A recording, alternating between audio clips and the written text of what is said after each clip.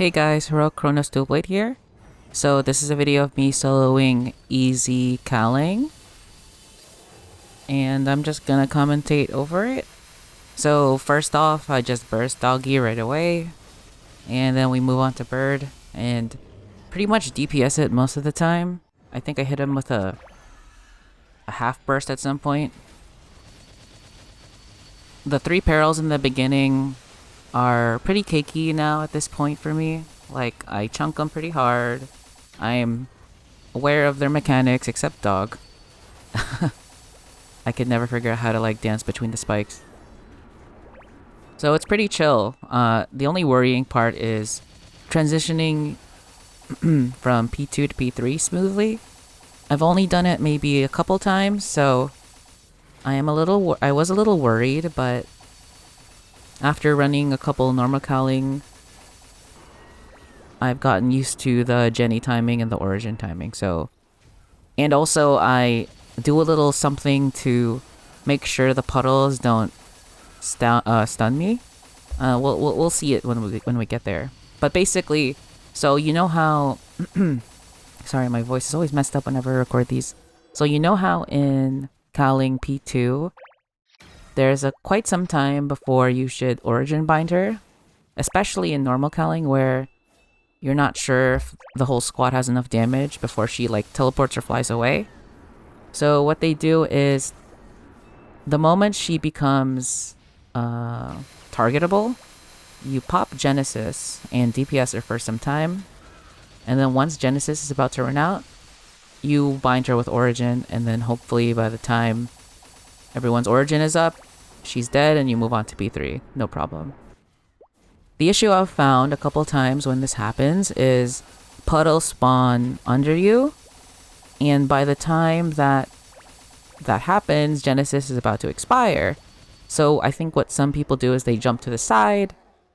What I opted for doing is I tried to save Final Cut to give me some iframes when Genesis is down. So if you don't know, for dual blades, it's a buff that you always want to have on, but it's also an iframe, and it gives you 3 seconds. And they've shortened the cooldown burst, they've shortened the burst for our Tempest skill from, I think, like 8 seconds to 5 seconds. So in 3 seconds, I get a majority of my damage out safely. And by the time that Final Cut's iframe has expired, puddles are gone. And you'll see that once we get there. So yeah, now we're in Tiger. I used to be really scared of Tiger, but my normal calling party that I've been running with recently, they are like professional normal callingers. They know what to do. They are good with callouts. They have great positioning and stuff. It's super simple to run with them. And of course they're really strong. But, you know, the main thing in parties is going from P2 to P3 smoothly. Sometimes origin pops early. Something happens, who knows? Some people get scrolled, stuff happens, and it's not their fault. It's just some patterns are kind of fucked, honestly. But this party I'm with, I really trust them. They know what they're doing. They got hands, They're great and they're funny. So, enough glazing. I'm just chilling in Tiger, honestly. I mean, look how much we've chunked it. Now we're just kind of chilling, waiting for our burst to come up. So I probably won't say much in bitch. Oh, wait, actually. Hold on, I'm about to burp. Okay, well, actually, let me talk about what our normal calling party does in Tiger. Because when you're new to Tiger and you have to hold in Tiger, it does seem really terrifying for people. Sometimes people opt to hold in Bird instead, but it's actually really simple what this party does. So once we all get in Tiger, of course, when it's safe, we all chill, depending on where Tiger is. So let's say Tiger is, when we enter the portal, let's say Tiger is top left. So everyone waits in the middle. Obviously, it's safe because Tiger can't FMA down there. So you wait until Tiger TPs to the middle, and then everybody just jumps up to the platforms. Some go left, some go right. Obviously to like compensate for gauge and call out wherever Tiger is. So, basically once Tiger spawns in the middle again, you scatter to the top platforms like synchronized swimmers. It's great. And then once Tiger teleports up there, you go back down to the middle. And you just keep going like this back and forth, then you get strings if you need to. And it really makes like dealing with Tiger's aggro super easy. Of course, like when Tiger's down on the first platform on the ground and you're in the top platform, you're not completely safe because Tiger's moves can hit really quickly up on that platform if you're just standing on it. So you still have to be careful. Like you should use like an up jump or hover or blink or just stay away from Tiger. And let the DPSers do their thing. Because the last thing you want to do is mess up their like positioning of Tiger. Because when everyone's in Tiger room, Tiger could go to anyone, right? So you don't want to like just be jumping all over the place. You want to be really coordinated. And of course, don't grief by like, you know, stepping on puddles and stuff. Alright, so I can't really tell. Is my burst almost ready? I think it is. So I think I'm about to phase soon. So thanks to that normal Cowling party that I've been playing with, going into easy Cowling solo against Tiger was just like, okay, I could just do the same thing but solo. Okay, so we're here. Alright, so you wait for Cowling to spawn in, pop your 60s. Alright, Cowling's about to be targetable. Then I pop Jenny. I DPS her a bit. And then once Jenny is down, I Origin to bind her. And my Jenny's gone, so I iframe for 3 seconds. I can Tempest for a couple seconds. And then the puddles are gone and we're free. We're out of here. Easy peasy. Also, I found, because I've tried practicing easy Cowling before, and P3 always seemed like crazy. Like, why am I dying so often? Well, it's because, you know, most people are used to doing the cheese strategy and kind of ignore like the actual like finer details of calling the fight. So in P3, in case you didn't know, if calling's in a different zone than you, everything chunks you super friggin' hard.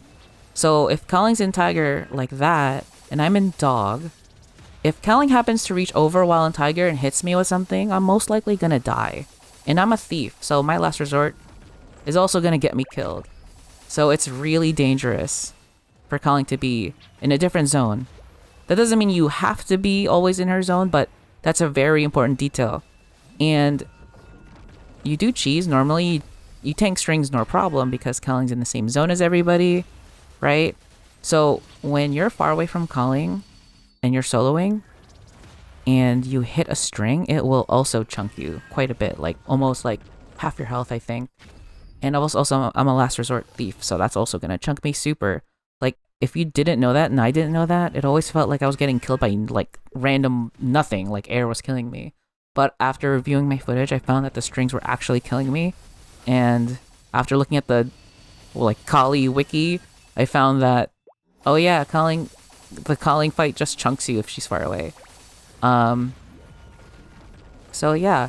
So the way I try to like handle that is, well, I still don't want Cowling right on top of me because that's annoying while I'm dealing with like Tiger Peril, for example, right? Because well, first of all, like Cowling's blocking the view of like what's happening. Like I have the silhouettes on, but it's really hard to tell what's like, you know, there's already a lot of shit on screen, right? So first of all, healing fams are busted. They will go through healing block. That's why they work in Vihila. That's probably saved me because I already know I have the damage. So you know, better to go for survivability. So that's one thing. What else? I don't know. Honestly, healing fams kind of carried me. Another thing that did help was like, well, knowing that if Cowling's in the same zone as you and you don't take as much damage, you can like I can like perhaps take a gamble and not use my iframes while Cowling's in the same zone as me and save it.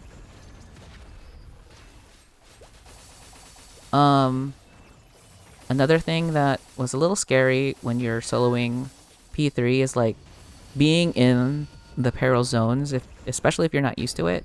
So there is a guide that tells you like the positioning of these like pillars and tornadoes that they do. Basically what I do is like, okay, if I see where the pillar spawns the first time, I could just like go into that spot and it won't spawn again in that wave. So I just kind of keep an eye out for that. I don't think that the extreme corners of the walls are safe completely. Like the clutches still spawn there, so, and of course buttons still spawn there as you saw. So but it is like a good spot to keep an eye out for, like, oh, okay, that spot's just, yeah, okay, so it's not safe. That thing just hit me. But yeah, so luckily, since Culling was there in that peril while I was getting destroyed, I didn't die, so that was good. Well, anyway, so my plan during P3 is to balance the gauge. I'm really not trying to cheese it. I really am trying to like balance the gauge as I'm fighting, because the willpower are my lives and I'm still prone to like, mishaps. So I want to still keep as many lives as possible. So like if I'm bouncing back and forth on purpose, it's because I'm trying to balance the gauge. If I'm in tiger, it's because I think I need blue gauge. If I'm in birds, because I need yellow gauge, stuff like that. So yeah. And of course, I'm kind of just peeping at my burst timers, really taking it easy. Waiting for my chance to strike. Like, I already know I have the damage. I don't need to push it. I'm not trying to speed run. I'm just trying to, get the clear. Get that 1 billion boss crystal meso for myself. Yeah, so there, for example, Wolf is really freaking high. I'm like, oh fuck. I gotta just suck it up and just chill and bird. I like hover up there in the corner, try to get some gauge. I know that I won't die immediately, hopefully, because Calling's in the same zone. So I'm just kind of just jumping around, using the good up jump. And look, okay, so I have enough gauge. And I'm thinking like, okay, maybe I can go in tiger because it's getting really low now. Right? That's what I'm thinking. Oh, nope, I'm praying Blade Ascension will carry me. Okay, now yellow's super high. Okay, so hopefully now I go to tiger, right? Right? Yeah, I'm trying to like inch in tiger. Like, I since I have like less than like full health, I'm a little worried. Oh, nice, I have burst. Cool, so we delete tiger. The reason why I delete tiger first is because one of the Doublades in the Doublade Discord was like, because in my practice I killed bird first, and they were like, that's not actually like, you shouldn't do that.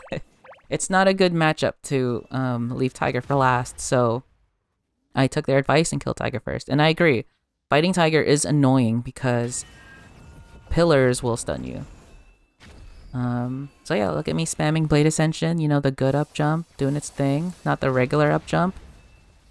Regular up jump sucks. It's still useful, but it's not doing anything for me if I just use regular up jump. Blade Ascension is the way to go, guys. Look at go. Look at that Blade Ascension doing its thing. It's great. It's like a fake blink. It's good. It's so good. Look, I'm safe. I'm so safe. Okay, so I think I'm chilling in tiger to get gauge still. Alright, now we're seeing yellow is really low, so we're like, okay, time to go to yellow. Buttons aren't that scary. The clutches are actually kind of scary. If you are caught, like, spamming a skill that's a little bit too long, you will get teleported. And it's usually to a place where you don't want to be. Okay, now I'm chilling. I think at this stage, I'm really just, like, really taking it easy, waiting for my burst timer to come back up. I think eventually Wolf just dies from like chip damage, like from just, phantom blowing and NATO and whatever. Okay, so the gauge is like perfect. I'm not dead yet. That's good. Yeah, I'm just taking it easy. I ran into a bunch of freaking dog collar spikes. So as you can see, like, I'm all the way in tiger zone. Calling's far away. I'm not trying to eat like strings. That will like chunk me. Even if I have healing fams on, I don't want any like unnecessary like HP loss. Alright, so I'm like chunking bird. I think Wolf just dies from like my FMAs as I'm trying to chunk bird. I'm dancing around all the stuff on the ground. Watching out for Calling. Since I don't know if she's in my zone, but like I don't know what part of her has to be in the zone. Is it like the center of her body? I'm not quite sure. Another thing that some a dual blade told me was that most of Cowling's moves come from like are on the sides of her. It's like when you fight Bird and like most of the attacks are like outside of Bird. So once so Dog is down. So once that happens, and because of that hot tip, I'm just gonna go chill inside, kind of inside Calling sometimes, because it's like, oh, it's safe. I can just like literally stand on top of Calling. Kind of like fighting Extreme Lotus. You just kind of stand on top of Lotus and you're fine most of the time. So right now, I'm just DPSing Bird to make the Origin Burst. Cheese Sandwich, really easy. So it is just a bunch of waiting now. I'm keeping the gauge balanced, you know. There's no perils. I'm just chilling. Besides Bird. Look at that Blade Ascension doing its thing. Oh yeah. So I think I forgot to say what I was gonna say earlier. So I've never run Sea Kalos, but I am 3 set Eternals, guys. 3 22s Eternals. Hat, top and bottom, 22. Never ran a Sea Kalos. I am so happy. I never have to sweat that boss. I've heard horror stories recently since Bishop got nerfed that it's just like a giga pain in the ass now than ever. Like, yeah. I'm done. I don't need to do friggin' Sea Kalos. I can just solo normal Kalos or even easy Kalos for grindstones for myself. I'm so happy. I am so happy. Anyway, so as for Calling, I'm not quite sure yet if I'm gonna keep going with normal Calling. I mean, having a shoulder would be nice, but I think I should kind of hasten my grindstone chances. And that might mean soloing easy Calling from now on. I don't know yet, we'll see. But yeah, so right now the only thing that's left is I need to still flame my Eternal top and bottom. They're kind of ass. The potentials are fine, they're 3-line. The hat needs like stat. It already has -4 seconds, but it has Dex as a potential, so it's not perfect, but that's still fine. Like I don't really want to spend like hundreds of bill for that. So yeah, just waiting on Calling shoulder. 10 weeks at a time like we did with the Kalos stuff. And in case you didn't know, yeah, I would just like every time I would like wait 10 weeks in like normal Kalos runs, I would just full send them. I would not settle for laddering them to 17 and only wait to get a spare to tap them once or twice. Like, I was thinking since I was just running normal Kalos, I honestly thought it was like a waste of friggin' time because like that one couple stars was not gonna make a huge difference in the fights. So, well, oh well, whatever. Anyway, Cowling's dead. Easy Cowling solo. That's it. Bye bye.